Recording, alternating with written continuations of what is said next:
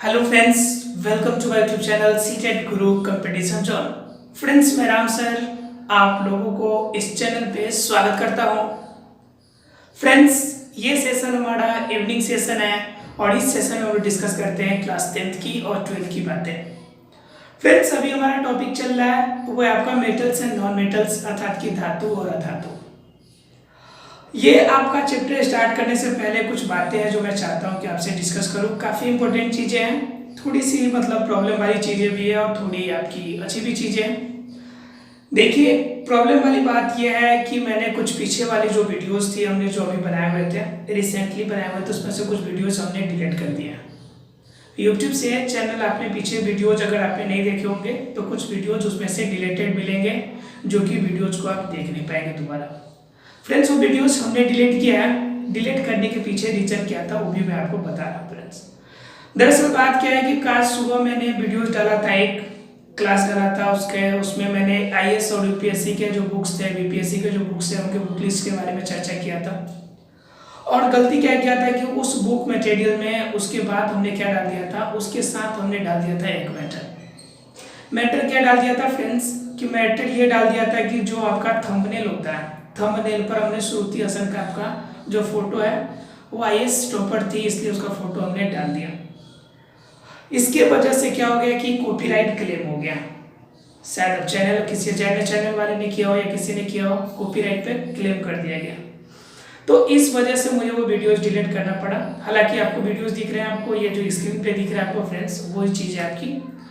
तो अब क्या है कि अब ऐसी चीज़ें, मान लीजिए कि हमें नहीं पता था कि किसी के थंबनेल अगर लग जाता है, किसी के फोटो भी लगते हैं, उसमें भी क्लेम हो सकता है। हालांकि उस क्लेम से हमें कोई बेनिफिट कोई प्रॉब्लम नहीं थी, लेकिन बात यह है कि अगर कॉपीराइट में अगर चला जाता है तो मान लीजिए मोनेटाइजेशन या फिर आगे की प्रोसेस लाइव सेशन के लिए थोड़ी सी प्रॉब्लम होती है। इसलिए हमने क्या किया कि वीडियोज़ को डिलीट कर दिया है। अब उसके एक वीडियोज पे कॉपीराइट आने की वजह से और भी क्लासेस की आपका कॉपीराइट का सिग्नल आने लगा।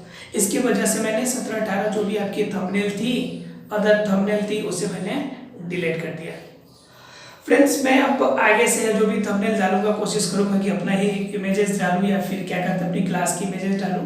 थंबनेल किसी के अब हमने सोचा था कि बेहतर अगर व्यक्ति का अगर होगा तो थोड़ा सा ज़्यादा इंप्रेशन बनेगा, लोगों के अंदर अच्छा भावना आएगी। या फिर मैं किसी के बारे में कोई कमेंट्स नहीं किया था, उसमें सिर्फ मैंने अपनी बात ही करी थी और सारा वीडियो मैंने अपने मटेरियल अपने कंटेंट से बनाया हुआ था। सिर्फ उनकी चीज़ हमने डाली हुई थी, वो चीज़ थी आपकी उसकी थंबनेल, उनसे ही हमारी कॉपीराइट का क्लेम लग गया। उससे कोई बात नहीं है, मुझे उससे कोई प्रॉब्लम नहीं हुआ और ना ही हमारे चैनल को इससे कोई प्रॉब्लम है, ठीक है। लेकिन बात ये आती है कि अब इस तरह की अब कोशिश करेंगे कि अब तो माइंड मेकअप हो गया कि इस तरह की चीज़ें से कॉपीराइट आ सकती है, इसलिए जो भी कंटेंट्स या थंबनेल होगा वो मेरा अपना ही होगा। तो ये थोड़ी सी आपकी दुख वाली बात है कि हमने आपके जो 17-18 वीडियो, लगभग 20 वीडियोज थे जो आपके रिसेंटली बनाए हुए थे, वो 20 वीडियोज को हमने डिलीट कर दिया। जैसे कि 8 सितंबर का सेशन था, कोई 9 सितंबर, 11 सितंबर, इस तरह से कुछ सेशन थे जो कि आपके डिलीटेड हुए हैं। आप अपने सेशन में जाकर देख सकते हैं, चेक कर सकते हैं। साइट पे जाके मेरी क्या कहते हैं आप प्लेलिस्ट देख सकते हैं कि आपके लिए कौन वीडियोस बचे और कौन वीडियोस डिलीटेड हो गए, वहाँ से आप चेक कर सकते हैं। एनीवे, छोड़िए, जो डिलीट हो गया, जो चला गया, कोई बात नहीं है। आपको अगर पीछे की पार्ट जो डिलीटेड हो गया उसमें भी अगर कोई किसी क्वेश्चन पे डाउट हो, किसी पे प्रॉब्लम हो, तो आप हमें कमेंट्स कीजिएगा। उस चीज़ को हम फिर से रिकॉर्ड करके फिर से बना के हम आपके लिए प्रीमियर करेंगे, हम आपके लिए फिर से लेकर आएंगे वो सेशन। इसके लिए घबराने की बात नहीं है, इसलिए आपको टेंशन नहीं लेना कि कोई पॉइंट में अगर डाउट रह गया, अगर हमने डिलीटेड कर दिया प्रॉब्लम, तो आपको क्या होगा, उससे कोई प्रॉब्लम होगी या उससे आपको वीडियोस अवेलेबल नहीं हो पाएंगे। मैं वो चीज़ें जैसे समझाया था उससे बेटर वे से समझा के आपके लिए लेकर आऊँगा, complete animated, complete digital class में। इसलिए आपको टेंशन लेने की बात नहीं है। बस थोड़ा सा दुख हुआ कि काफ़ी ज़्यादा मेहनत हुआ था और मेहनत करने के बाद बना हुआ वीडियोस को हमें क्या करना पड़ा, फिर से डिलीट करना पड़ा, और साथ में साथ आप लोग नहीं देख पाएंगे, हमें इसका अफसोस है। हमें इसका अफसोस नहीं है कि मान लीजिए हमने वीडियो बनाया, डिलीट किया, उसका कोई अफसोस नहीं है। अफसोस सिर्फ इस बात का है कि आप उस वीडियोज को, उससे आपको बेनिफिट नहीं मिल पाएगी। तो कोई बात नहीं, आपके लिए मैं फिर से ट्राई करूंगा, फिर से कोशिश करूंगा और बेहतर मटेरियल, बेहतर कंटेंट्स आपको देने की पूरी कोशिश करूंगा। तो फ्रेंड्स बात करते हैं आज के सेशन का। ये तो थी आज की प्रॉब्लम जो सुबह सुबह हुई, सुबह सुबह की बात है और सुबह सुबह हुई है, इस वजह से हमने डिलीटेड किए वीडियोस। तो इसलिए मैं आपसे रिक्वेस्ट करता हूँ, आपको मैं दिल से सॉरी बोलता हूँ कि आप लोग की वीडियोस मुझे डिलीट करनी पड़ी। मेरा इंटेंशन नहीं था कि मैं वीडियोस डिलीट करूँ, लेकिन प्रॉब्लम इस बात की थी कि आपको कॉपीराइट का बड़ा प्रॉब्लम था। हालांकि कॉपीराइट से मुझे कोई प्रॉब्लम नहीं होती अभी, हालांकि वो तो आगे की बात थी, लेकिन फिर भी मैंने सोचा कि मान लीजिए क्लेम लिख रखने से कोई बेनिफिट नहीं है, उसको डिलीट कर देना ही बेहतर होगा, क्योंकि दागदार चीज़ें हमेशा दाग ही रहती है। इसलिए मैं नहीं चाहता कि मेरे इस चैनल पे कोई भी आपकी इस तरह की कंटेंट्स अवेलेबल हो जिस पे कोई भी क्लेम अवेलेबल हो। ठीक है फ्रेंड्स, चलिए देखते हैं आज का सेशन की चर्चा करेंगे हम लोग मेटल्स, नॉन मेटल्स अर्थात धातु और अधातु के बारे में। हमने अभिक्रियाएं कल की बताई थी। अब हमने ये चीज़ नहीं देखा कि कल धातु अधातु वाला का क्लास हमने डिलीट किया या फिर वो भी अच्छा हुआ। ठीक है, हालांकि चांसेस है कि वो शायद डिलीट हो गया है या फिर है, आप देख लीजिएगा। अगर अवेलेबल नहीं होगा, अगर डाउट होगा तो आप हमें कमेंट्स भी डाल दीजिएगा, मैं आपको किस फिर से उस तरह की वीडियोस आपको अवेलेबल करा दूंगा। तो फ्रेंड्स ये तो थी हमारी बातें पीछे की जो भी आपकी रिलेटेड हुई है उनके बारे में। अब हम लोग देखेंगे जो अभिक्रियाएं हमने करा दिया था। अब हम देखेंगे इस पार्ट में धातुओं का निष्कर्षण कि किस तरह से धातु और अधातु को धातु को कैसे प्राप्त कर सकते हैं, अयस्क से धातु कैसे प्राप्त करते हैं, खनिज क्या होता है, अयस्क क्या होता है एवं इनका निष्कर्षण किस फॉर्म में होते हैं। उसके बाद हम लोग जानेंगे इस क्लास में कि किस तरह के आपके जो सक्रिय समूह होता है, ठीक है, और आपका उच्च सक्रिय समूह, मध्य सक्रिय समूह, इनके बारे में भी इसके बारे में जानेंगे हम लोग। साथ ही साथ उनका निष्कर्षण करने की आपकी कौन कौन सी मेथड होते हैं इनके बारे में भी हम देखेंगे। फ्रेंड्स अगर अब तक आपने चैनल को सब्सक्राइब नहीं किया हो तो प्लीज़ सब्सक्राइब करें, क्योंकि हम आपका सपोर्ट करते हैं तो थोड़ा सा फर्ज बनता है कि आप भी सपोर्ट कीजिए मेरा।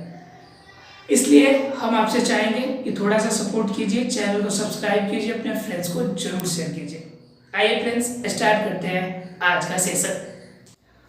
हेलो फ्रेंड्स, स्टार्ट करते हैं आज का सेशन। कल की क्लास में हमने आपसे डिस्कस किया था कि किस तरह से धातु और अधातु जो होते हैं अभिक्रिया करते हैं, रिएक्शन करते हैं, और उनके बाद वो रिएक्शन जो होता है आपका, वो रिएक्शन किस फॉर्म में वर्क करता है, इस फॉर्म में हमने आपसे डिस्कस किया था।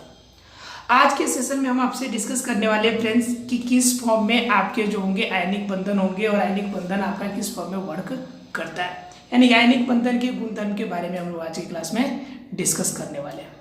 ठीक है फ्रेंड्स, और आज का सेशन ज़्यादा बड़ा नहीं होगा, थोड़ा छोटा होगा सेशन, क्योंकि सुबह में ही आज थोड़ा सा मूड ज़्यादा ऑफ हो गया है, इस वजह से आज का सेशन ज़्यादा बड़ा नहीं होगा। क्लास की कंटिन्यूटी की वजह से आज की क्लास ले रहा हूँ, वैसे आज की क्लास लेने का मूड नहीं था, हालांकि माइंड में कोई टेंशन नहीं है, फिर भी थोड़ा सा अजीब सा फील हो रहा था, इस वजह से आज का क्लास लेना नहीं था मुझे, लेकिन फिर भी आपकी कंटिन्यूटी के लिए मैंने सोचा कि आज की क्लास थोड़ा सा ले ही लेता हूँ। अच्छा नहीं लगेगा कि क्लास बीच में ड्रॉप किया जाए। चलिए फ्रेंड्स, कोई नहीं, थोड़ा सा चैनल थोड़ा सा प्रोग्रेस कर रहा था तो लोगों को लगा कि थोड़ा सा अगर प्रॉब्लम वाली बात है, इस वजह से शायद क्लेमिंग की प्रॉब्लम जो होती है वो चली आई। एनीवे कोई नहीं, क्योंकि आज का सेशन मॉर्निंग सेशन काफ़ी बेहतर गया हुआ था, और मॉर्निंग सेशन बेहतर जाने की वजह से हो सकता था कि आज का सेशन कुछ बेहतर करके जाता, लेकिन कुछ बेहतर करके तो नहीं गया, लेकिन कुछ अलग करके ज़रूर गया। हालांकि यूट्यूब के नज़र में हमारी चैनल जरूर आ गई, ये बहुत बड़ी बात है अपने आप में।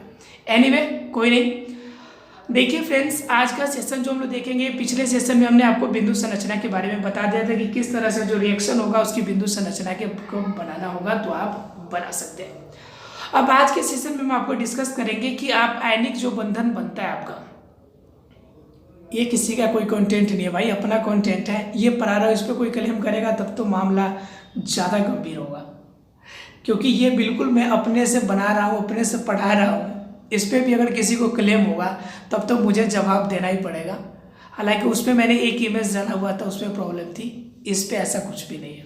ठीक है फ्रेंड्स, चलिए देखते हैं हम लोग थंबनेल पे भी अपना फोटो ही डालेंगे हमारा, भले अच्छा नहीं है थोड़ा तो क्या हुआ, लेकिन फोटो अपना ही डालने वाले हैं। ठीक है, देखिए फ्रेंड्स, तो क्या है इसमें कि अभी जो जानेंगे हम लोग बातें इसमें देखेंगे हम लोग कि किस तरह से जो आपका इलेक्ट्रॉन संरचना होता है, इलेक्ट्रॉन संरचना से हमने रिएक्शन करा लिया था।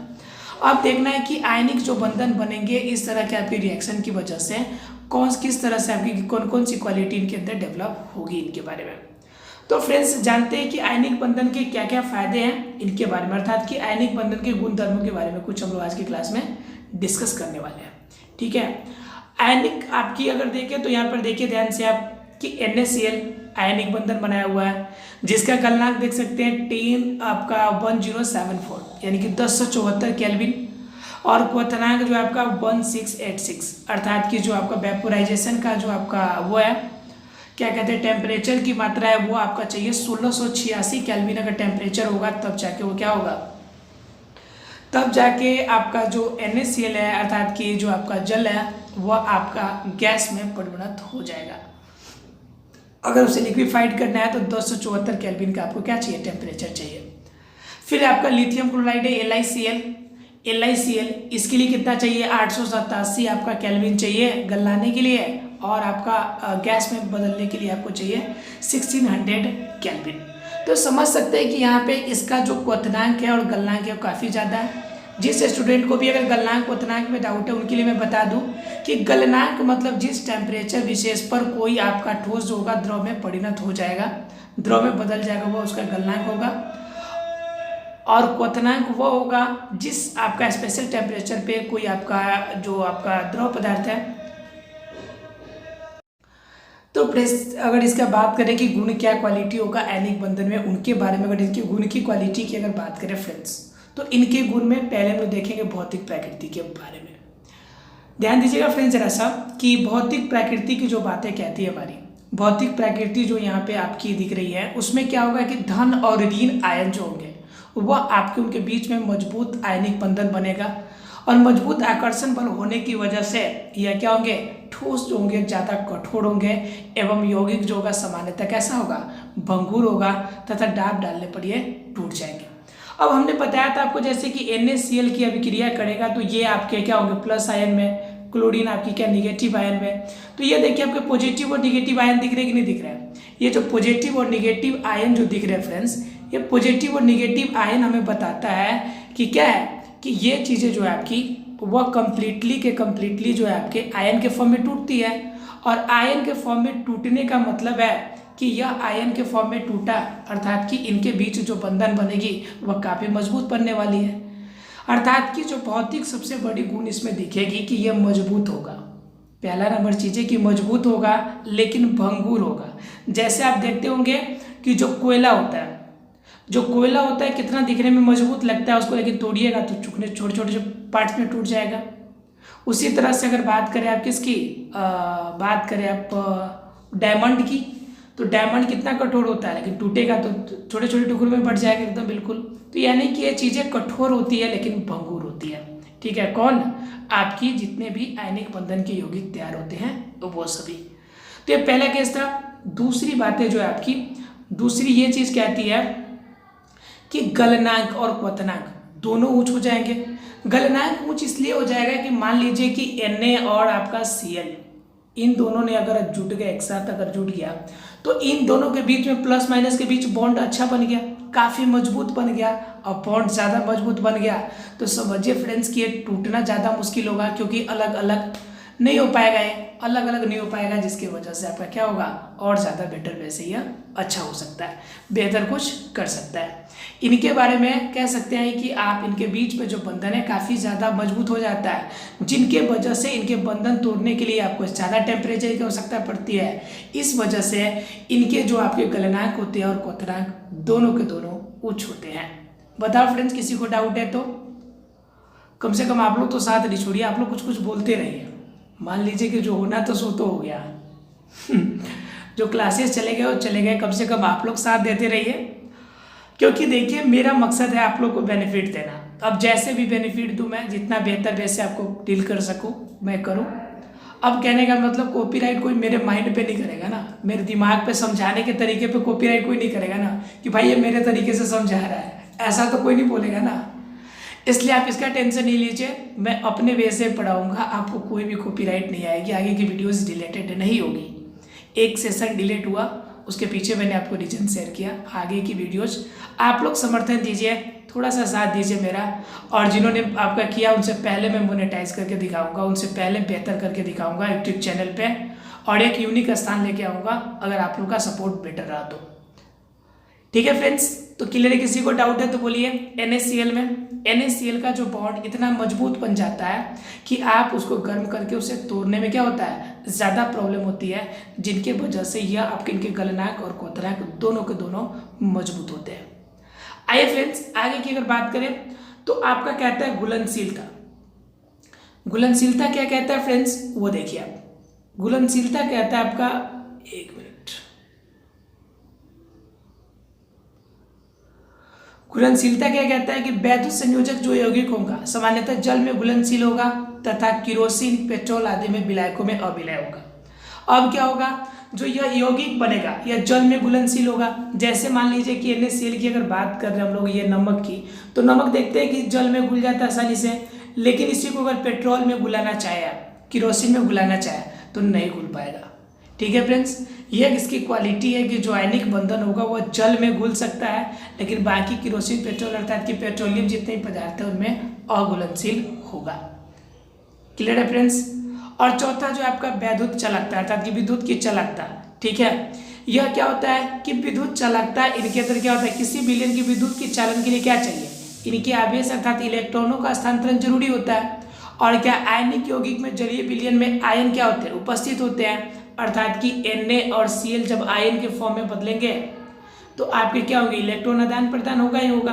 तो उस कंडीशन में क्या होगा, यह विद्युत का सुचालक हो गया, अर्थात कि इनमें विद्युत चालकता जो होगी जब यह जल के साथ आपका घुले हुए होंगे उस समय इनके अंदर चालकता पाई जाती है। जैसे आप लोग पहले देखा होगा कि आपका जो पहले घरों पे बनाया जाता था, बैटरी तैयार करते थे हम लोग, जो आपका अभी आप कर सकते हैं, पहले क्या अभी भी आप कर सकते हैं अगर चाहे तो। मैं आपको प्रैक्टिकल मेथड बताता हूँ कि आप कैसे एक्सपेरिमेंट कर सकते हैं घर पे। अगर आपको कुछ चीज़ें चाहिए, यानी करीबन 50 रुपये खर्च होंगे या 50 से भी कम खर्च होगा, घर पे आप एक लाइट बना सकते हैं फ्री ऑफ कॉस्ट में, और बेहतर लाइट होगा। मैं बताता हूँ आपको, उस चीज़ का आप इस्तेमाल कीजिए। पहले क्या करना है आपको कि आपके घर में कम से कम 3 या 4 बैटरी चाहिए, ठीक है, जो आपकी ख़त्म हो चुकी है, ख़राब हो चुकी है। ठीक है, जो टच में बड़ी वाली बैटरी आती है सूखा सेल, उसे लेना है, 3 या 4 बैटरी को लेना है। ठीक है फ्रेंड्स, बैटरी लेने के बाद क्या करना है कि उसके ऊपर जो कागज़ का कवर होता है, जैसे निप्पो की बैटरी होगी या फिर किसी की बैटरी होगी, तो उसके ऊपर कागज़ का कवर होता है। आपको क्या करना है, उसके कवर को हटा देना है। पहला काम बैटरी लेना है 3 या 4, आपके पास ज़्यादा अवेलेबल नहीं तो 2 बैटरी से भी काम चल जाएगा। 2 बैटरी चाहिए, वो भी खराब खत्म। आपको नया बैटरी मैं नहीं कह रहा बाबू कि नया खरीद के आप यूज कीजिए, नया भी इस्तेमाल कर सकते हैं, लेकिन नया की ज़रूरत आपको नहीं है। पुरान भी हो, खराब भी हो, तो आपके लिए कोई दिक्कत वाली बात नहीं है उसमें। तो आप ले लीजिए, मान लीजिए कि 2 बैटरी आपको मिल गई, दोनों बैटरी आपने ले लिया। मैं बोर्ड पे इस पे बता देता हूँ, एक वाइट पेज पे।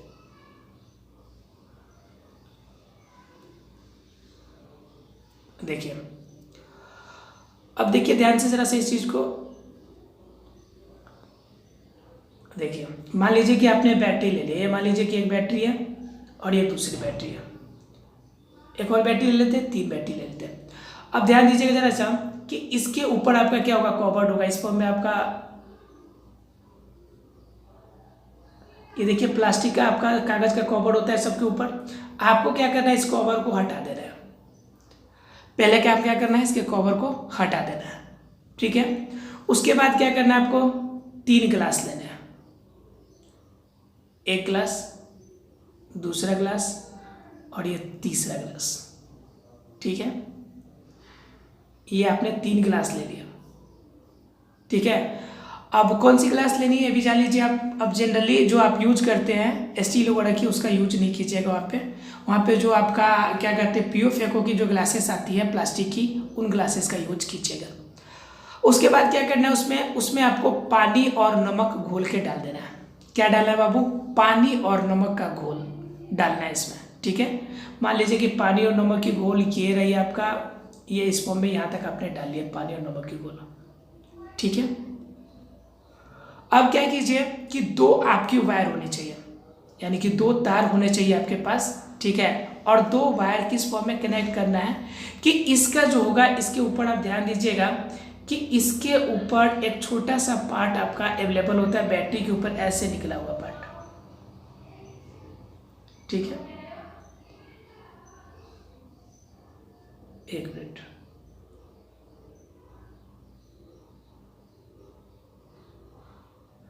ऐसे निकला हुआ पार्ट रहता है, आप लोग देखे होंगे बैटरी के ऊपर ये पार्ट निकला हुआ होता है।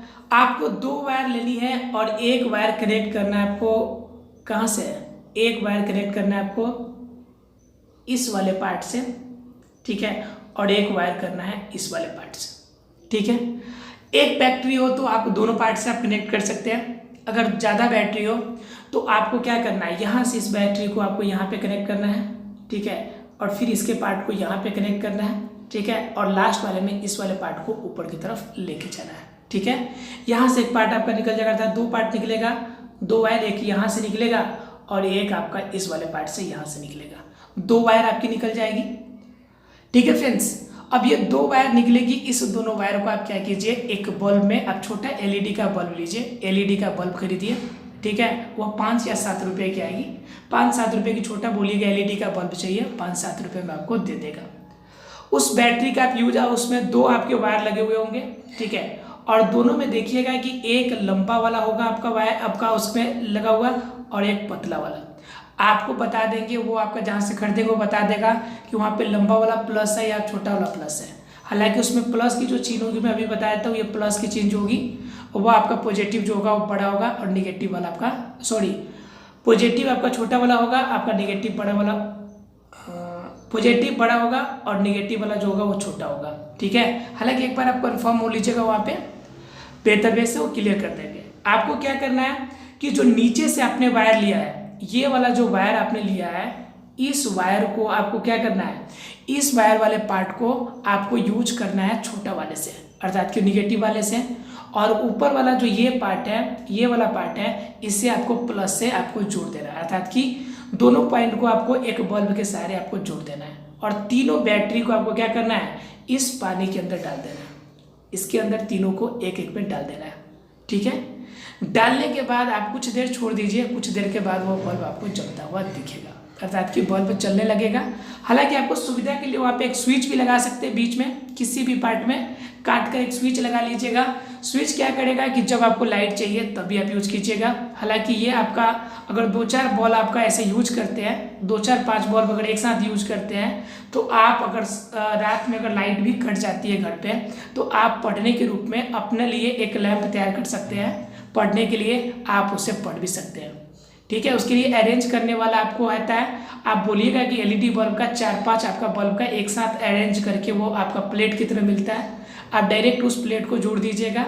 एक स्टैंड के फॉर्म में आपका क्या कहते हैं, किसी पटरी या किसी चीज़ में आपको ऐड कर दीजिएगा, उसको आसानी से इसे जोड़ के आप पढ़ाई कर सकते हैं। बिना खर्चा का एक लैंप तैयार हो जाएगा, जिससे कि आपकी लाइट कटने पर भी आप पढ़ाई कर सकते हैं, ठीक है। आप एक घर पे प्रैक्टिकल देख सकते हैं, इन प्रयोग के माध्यम से आप चाहेंगे तो घर पे तैयार कर सकते हैं, ठीक है। तो इसमें क्या होता है, इनमें क्या किया आपने, इसमें करंट कहाँ से मिल रहा है, तो करंट मिलने की वजह मेन रीजन जो है, हमने जो NaCl डाला है इसके अंदर, NaCl जो हमने डाला है उसके अंदर क्या हो गया, सोडियम,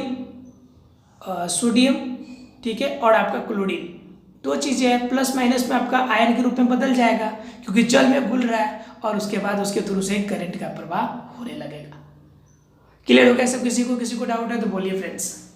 बिना पैसे का, बिना खर्च का आपका, यानी कम से कम खर्च में आप एक लैंप तैयार कर सकते हैं, घर पे प्रैक्टिकल कर सकते हैं। आप प्रैक्टिकल कीजिएगा, डाउट होगा तो हमें ज़रूर शेयर कीजिएगा, हम आपको और बेहतर वे से या फिर कोशिश करेंगे कि आपको बना के दिखाएं। यहाँ पे आपको दिल्ली में सारी चीज़ें ढूंढना थोड़ा सा टफ होता है, इसलिए थोड़ा सा टाइम भी नहीं है, इस वजह से हम वो नहीं कर पा रहे हैं, नहीं तो आपको प्रैक्टिकल दिखाते हम करके। एक बार आप ट्राई कीजिएगा, अगर नहीं बनेगा तो आप बताइएगा, हम कुछ कोशिश करेंगे कि और बेहतर वैसे करें, ठीक है फ्रेंड्स। तो हमें यहाँ पे मेन चीज़ क्या समझना आता है कि NaCl जब आपके जल में घुला हुआ होगा तो उस कंडीशन में वह आपका विद्युत का प्रवाह करेगा, क्योंकि इलेक्ट्रॉन का आपका आदान प्रदान होगा, और इलेक्ट्रॉन के प्रवाह को हम लोग क्या कहते हैं, विद्युत धारा का प्रवाह कहते हैं। विद्युत धारा के बारे में आप लोग पहले पढ़ चुके हैं, उस चैप्टर में आपको हम डील करके बताए हैं। अगर डाउट हो तो आप उस वीडियो को देख लीजिएगा, अवेलेबल होगा तो, और नहीं अवेलेबल होगा तो आप कमेंट कीजिएगा, मैं फिर से बनाऊंगा, ठीक है। चलिए, ये तो थे आपके इसी पॉइंट। अब आइए थोड़ा सा आगे, अब विद्युत चालकता समझ में आ गया सबको, और हमें एक और चीज़ें बताई थी आपको उसी क्लास में, आपको आपका विद्युत धारा चैप्टर में, कि जो इलेक्ट्रॉन मूव करेगा, इलेक्ट्रॉन अगर इस डायरेक्शन में मूव कर रहा है तो विद्युत धारा उसके उल्टे साइड में मूव करेगा, क्यों मूव करेगा उसके बारे में रीजन बताया था हमने कि इलेक्ट्रॉन इस साइड में अगर मूव करेगा तो आपका विद्युत धारा ये उल्टे साइड में क्यों करेगा, विद्युत धारा क्यों उल्टे साइड में जाएगा वो देख लीजिए आप। जैसे मान लीजिए कि ये आपका हो गया Na और ये हो गया आपका Cl। Suppose at Cl Na की तरफ इसकी तरफ अगर इलेक्ट्रॉन अगर जाता है यहाँ से, इलेक्ट्रॉन अगर ऐसे जाएगा यहाँ पे, तो यह क्या करेगा फिर ऊपर की तरफ लेके जाएगा आपका, और ये धारा की तरफ आपका मिलाकर फिर नीचे की तरफ ये लेके आएगा। अब पूरी कंप्लीट फॉर्म में एक दूसरे से मिलेगी तब तो परिपथ कंप्लीट होगा, और जब तक परिपथ कंप्लीट नहीं होगा तब तक क्या होगा, तब तक विद्युत धारा का प्रवाह नहीं होगा। इसलिए सामान्य रूप से कहा जाता है कि जिस साइड में आपका इलेक्ट्रॉन का प्रवाह होगा उसके उल्टे साइड में क्या होगा, आपका विद्युत धारा का प्रवाह होगा। बताओ फ्रेंड्स, क्लियर है सब किसी को? अर्थात कि जो इलेक्ट्रॉन का प्रवाह होगा उसके अपोजिट डायरेक्शन में आपका क्या होगा, इसका प्रवाह होगा, आपका विद्युत धारा का प्रवाह होगा। क्लियर है सब किसी को? किसी को डाउट नहीं है ना आज के सेशन में? चलिए डाउट नहीं है तो थोड़ा सा और आगे देख लीजिए आप, ज़्यादा लेने वाले नहीं है सेशन हम। थोड़ा सा देख लीजिए क्वेश्चंस को आप। सोडियम, ऑक्सीजन, मैग्नीशियम के लिए इलेक्ट्रॉन बिंदु संरचना आपको बताए थे, आप बढ़ा लीजिएगा आसानी से। सोडियम की कल की क्लास में हमने किया था, पता नहीं कल की क्लास बची है कि नहीं। आपके सोडियम में तो एक ही होते हैं, इसलिए आप एक ऐसे कर सकते हैं, बिंदु संरचना कर सकते हैं। ऑक्सीजन की बात करें तो ऑक्सीजन के बाहरी कक्षा में कितने होते हैं, 6 इलेक्ट्रॉन। ये देखिए इस फॉर्म में 6 इलेक्ट्रॉन दिखा दीजिएगा।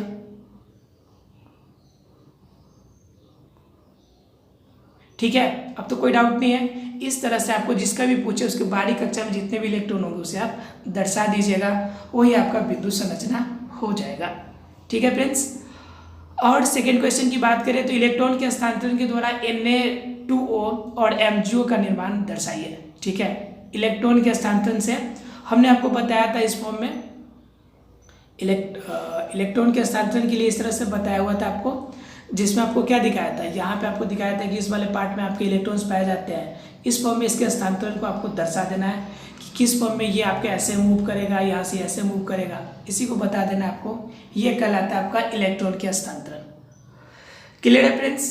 बिंदु संरचना में आपको बिंदु देना है और इलेक्ट्रॉन संरचना में आपको परमाणु बनाकर इलेक्ट्रॉन दिखाकर उसको ट्रांसफॉर्मेशन को आपको डिनोट कर देना है। बताओ फ्रेंड्स, क्लियर है कि नहीं?